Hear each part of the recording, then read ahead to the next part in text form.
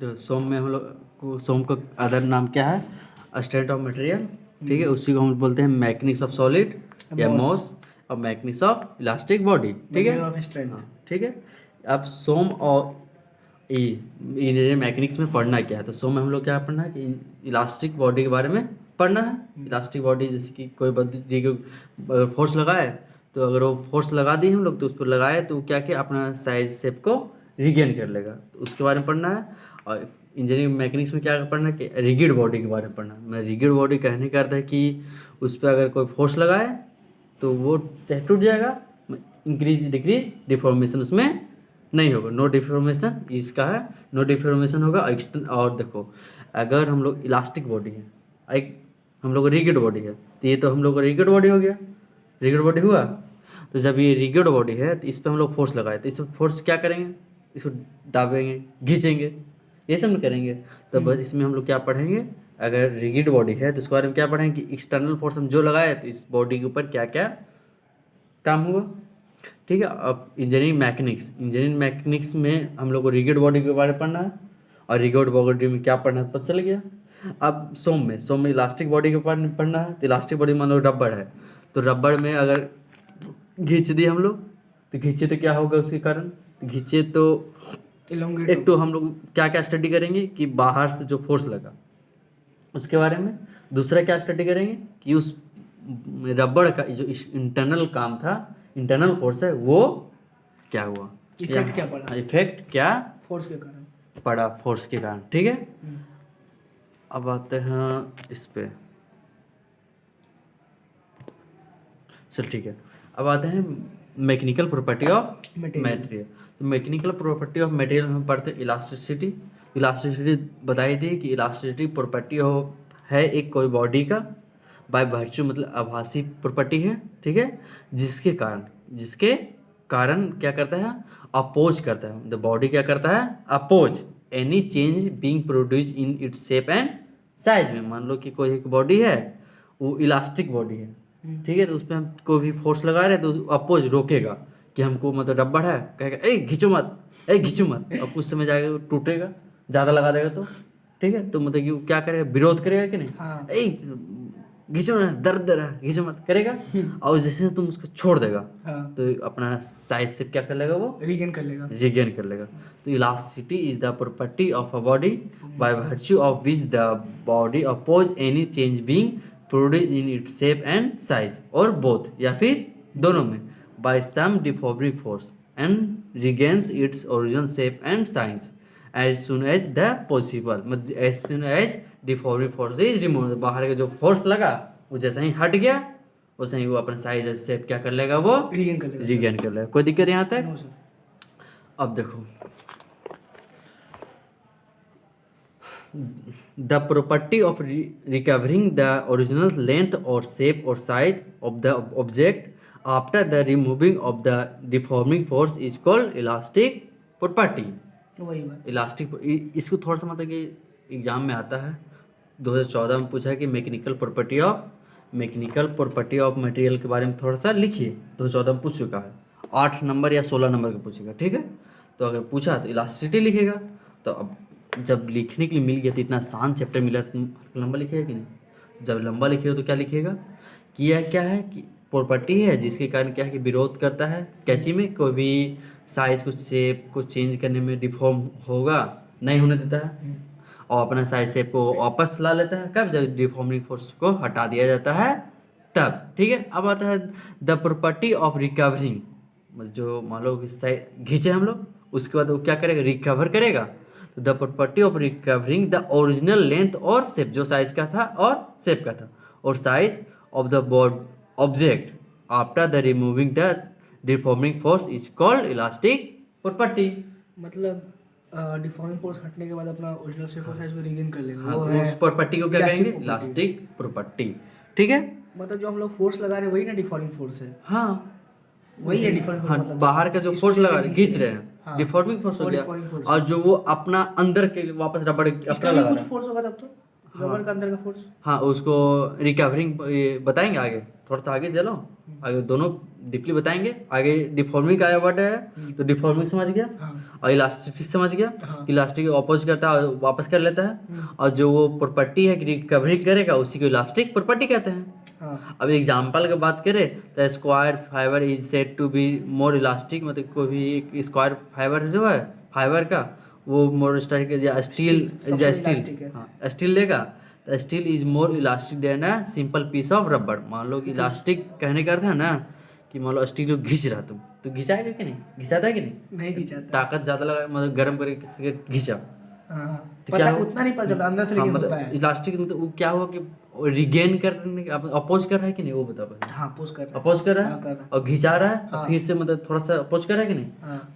तो क्या कर रहा है कि स्टील ज़्यादा इलास्टिक होता है किससे, रबर से। हाँ हुआ कि देखने में लगता है कि रबर, लेकिन रबर रबर नहीं है। रबर घिंचा जा रहा है आराम से ना। उसमें बहुत ज्यादा, लेकिन इलास्टिक किसे कहते हैं कि जो ज़्यादा घींच रहा है, हाँ तो ज़्यादा कौन घींच रहा है, स्टील, अपोज ज़्यादा कौन कर रहा है, स्टील कर रहा है। स्टील। तो steel is more elastic than rubber. Single piece of rubber. In the language of physics, physics के लैंग्वेज में समझा, water is more elastic than air. हवा है, मॉलिक्यूल। हवा है, हवा में तो इस तरह मतलब वो अपना साइज तो रिगेन नहीं कर रहा है, दूर मॉलिक्यूल रहता है फूल जा रहा है। लेकिन वाटर क्या हो रहा है कि एक तरह से देखिएगा तो क्या कर रहा है, इलास्टिक नहीं हो, मतलब कि अब पानी यहाँ थोड़ा फैलाए थोड़ा सा सटने की ट्राई करता है हवा के कंपेयर में। हाँ हाँ हाँ हवा कंपेयर में, तो सॉलिड सबसे ज्यादा इलास्टिक होगा। हाँ तो ये केमिस्ट्री का है। केमिस्ट्री, केमिस्ट्री का अब कुछ दिन बाद ला देना उर्दू फारसी, ठीक है। हाँ अब आते हैं थोड़ा सा आगे, ओके। अब दो there are two types of elastic, there are two types of elastic. कौन कौन होता है, एक परफेक्ट इलास्टिक, एक पार्शियली इलास्टिक, ठीक है। अब आते हैं परफेक्ट इलास्टिक के बारे में थोड़ा सा जानते हैं, पार्शियली इलास्टिक के बारे में जानते हैं, ठीक है। तुम ऊपर देख मत देखो, आराम से समझने पे ध्यान दो। वो थोड़ा सा अगर कोई देखना चाहेगा तो देखेगा, नहीं देखना चाहेगा तो नहीं देखेगा, लोग हेल्प के लिए बना दे रहे हैं, ठीक है। अब देखो परफेक्ट इलास्टिक होता क्या है, the body is set perfect elastic. Perfect elastic कहा जाता है कब, if the regains complete it's shape and size.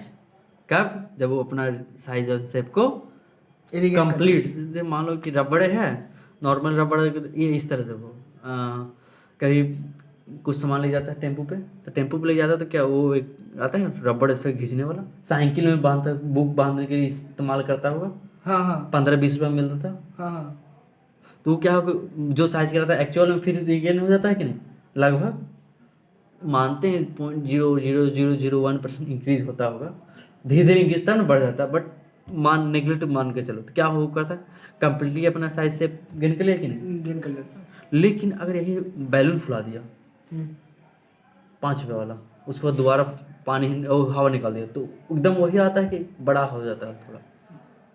समझे नहीं, मतलब कि इस तरह समझो फिर से, मान लो कि इस तरह जो कप तुम्हारा साइकिल में बांधता है बुक को ले जाने के लिए रबड़ यूज करता है ना, वो 10-15-20 रुपये मिलता था, उसको घिस दिया एक बार, कस के रख दिया, फिर दोबारा छोड़ा तो एकदम एक्चुअल में वही साइज आता है कि नहीं।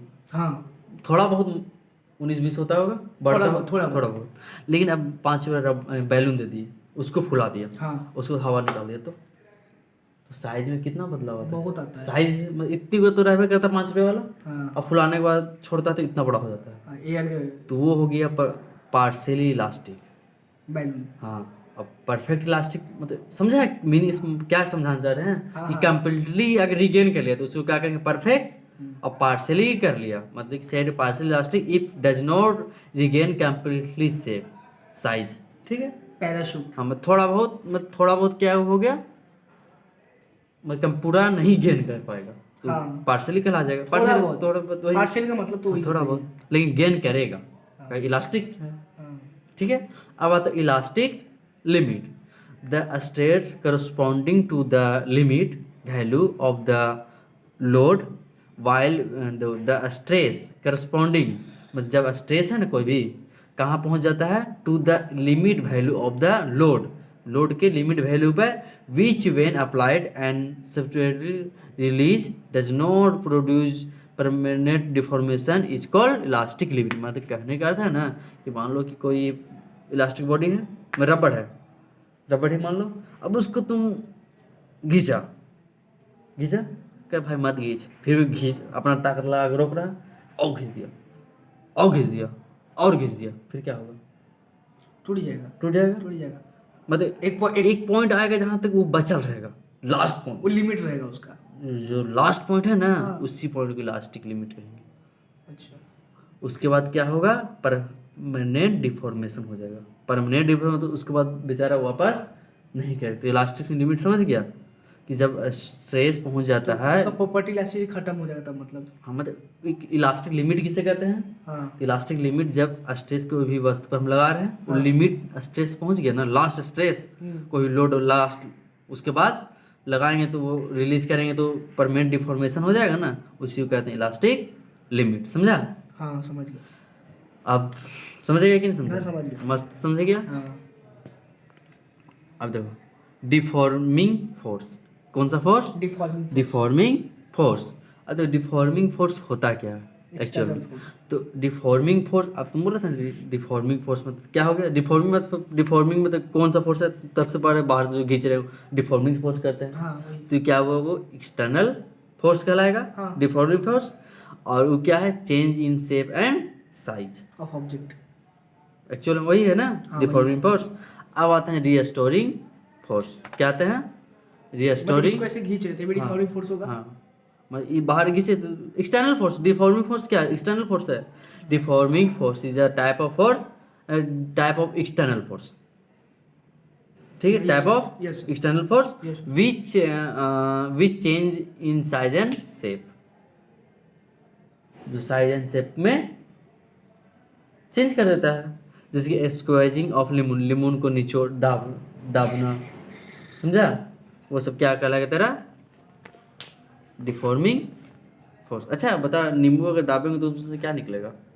रस, कैची का, आम का, नींबू का। नींबू का निकलेगा। अच्छी बात है। उस तरह अगर तुमको कोई मतलब कुछ बोलता है, हाँ, मतलब तुमको दाबता है, तो तुम्हारे अंदर से क्या निकलेगा?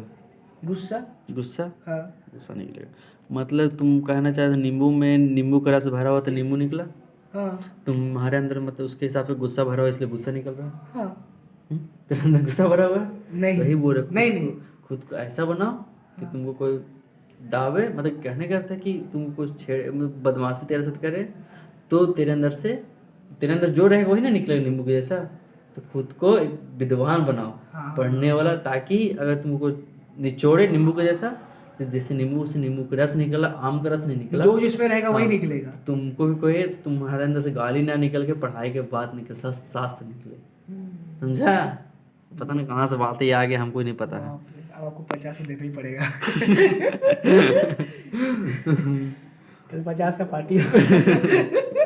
चलो, इतना ज्ञान का बात, हम भी ज्ञान का बात करते हैं। आज पहले आपको ज्ञान मिला है। तुम हम याद सोचा भी रखेंगे, बहुत सी बात है। तुम सोचा भी नहीं होगा कि नींबू से भी ज्ञान आ सकता है। चलो आगे आता है। अरे पढ़ाई के नींबू- साथ साथ एक्स्ट्रा बोनस मार्क्स वाला बात बोल दिया आप तो। चलो। 105 नंबर। चलो आगे आते हैं। ठीक है, रिस्टोरिंग फोर्स। अब बोल रहे थे ना कि सर अगर आप बोल रहे हैं घिसने वाला फोर्स को कहते हैं डिफॉर्मिंग हाँ फोर्स, सर। तब वो वापस करता है उसको क्या कहते हैं? बोल रहे थे ना, उसी को कहते हैं रीस्टोरिंग फोर्स। हाँ, मतलब जो उसको अंदर का फोर्स लग रहा तो है, उसको क्या बोलेंगे? रिस्टोरिंग तो ये फोर्स। कौन सा फोर्स है? कौन सा? Internal force. कौन वाला? Restoring force internal force. Internal है, मतलब जो और- ऑब्जेक्ट लगा रहा है अंदर से। और क्या करता है?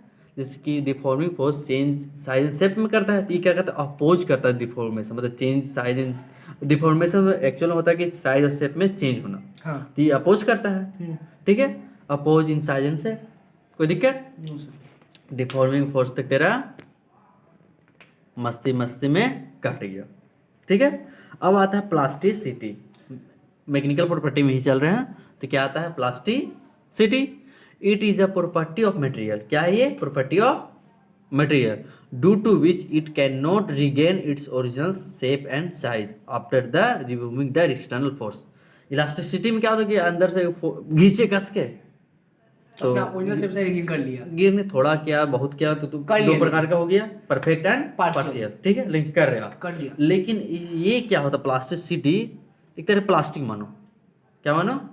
प्लास्टिक। प्लास्टिक। तो प्लास्टिक को घिस दिया हाँ, प्लास्टिक घिस दिए, तो ओरिजिनल साइज से गेन करेगा? नहीं करेगा। तो प्लास्टिसिटी क्या कहेगा? प्रॉपर्टी ऑफ मटेरियल जिसके कारण it's can not regain its original size and shape after the removing the external क्या लोड। बोले लोड क्या है? बोले सर कभी फोर्स बोलते हैं, कभी कुछ बोलते हैं।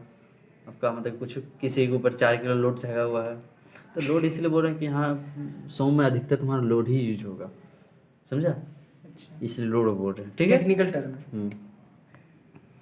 यहाँ तो कोई दिक्कत नो सर, नहीं? दिक्कत है ना? लोड भी लिख सकते हैं। अब आते हैं हार्डनेस। क्या में आते हैं? हार्डनेस।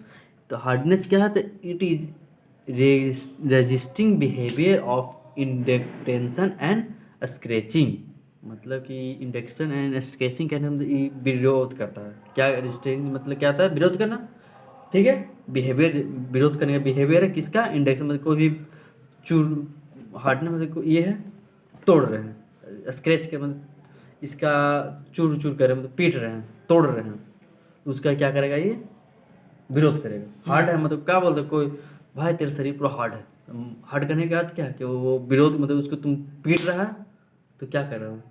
रोक ले रहा है, सह ले रहा है, मतलब वो अपना अंदर का जो वियर हो रहा है, वियर को रोक ले रहा है, टूटने नहीं दे रहा है ना। तो हार्डनेस समझा क्या होगा? कि रजिस्टिंग करता है intention and scratching. Scratching intention मतलब बेसिकली मीनिंग होता है वियर, ठीक है। टूटना मतलब इसका अब हिंदी एक्चुअल देख लेना, ठीक है, बट इसका मीनिंग होता है वियर, ठीक है। The hardness of a material is the resistance offered by the material against wear. ये क्या है? कि वियर के अगेंस्ट में ये रेजिस्टेंस बिहेवियर अफोर्ड करता है, उसे कहते हैं हार्डनेस, ठीक है। अब आता है the hardness of material is reduce by heating. किसी भी मटेरियल का अगर हार्डनेस हम लोग घटाना, मान लो कि इस लोहा है उसका हार्डनेस बहुत है कि नहीं, बट इतना जल्दी असर नहीं होता है, उसका घटाना हार्डनेस तो क्या करना पड़ेगा? गर्म करना पड़ेगा। हाँ, तो बाय हीटिंग, वही मीनिंग लिखा हुआ by heating. The hardness of a material can be increase and decrease by the heating treatment operation. वही बात है, अगर इंक्रीज करना मतलब कि हार्डनेस को इंक्रीज करना तो हीट कम कर देंगे, ठंडा कर देंगे। और अगर हार्डनेस को इंक्रीज करना, हार्डनेस को बढ़ाना है तो क्या करेंगे? टेम्परेचर कम कर देंगे। और हार्डनेस को घटाना है तो टेम्परेचर बढ़ा देंगे। हाँ, वही ना बोल रहे हैं हम, ठीक है। हाँ सर। अब क्या है? डिक्रीज, ठीक है। अब देखो ये देखो Brinell's hardness testing machine. Brinell's hardness testing machine क्या है? एक तरह का मशीन है जो कि हार्डनेस किसी कोई वस्तु कितना हार्ड है उसको बारे में बताता है। कोई वस्तु कितना हार्ड है उसके बारे में क्या करता है? ये बताता है। If the material is more harder than its highly resistive to induction and scratch. मतलब कि अगर कुछ ज़्यादा हार्डर रहेगा तो ज़्यादा टूटेगा नहीं, ठीक है। स्क्रैचिंग नहीं उसके अंदर आएगा। यस। और थोड़ा सा उसका हिंदी एक्चुअल हमको नहीं पता है, मीनिंग हमको पता है कि होता है हिंदी टूटना। मीडियम से। हाँ, हम भी हिंदी मीडियम से हैं, बट हो जाता है कभी भी कुछ कुछ वर्ड का हम भी उतना ध्यान नहीं देते हैं कि हिंदी क्या होता है। जब मीनिंग समझ में आ गया, अब तो मान लो कि तुम इस तरह ध्यान दो, कौ है, गाय। अब तुमको हम कौ बोले तो तुम्हारा माइंड में ये जाता है कि CO कौ मतलब गाय होता है। तब देखा 4 पैर का एक होता जानवर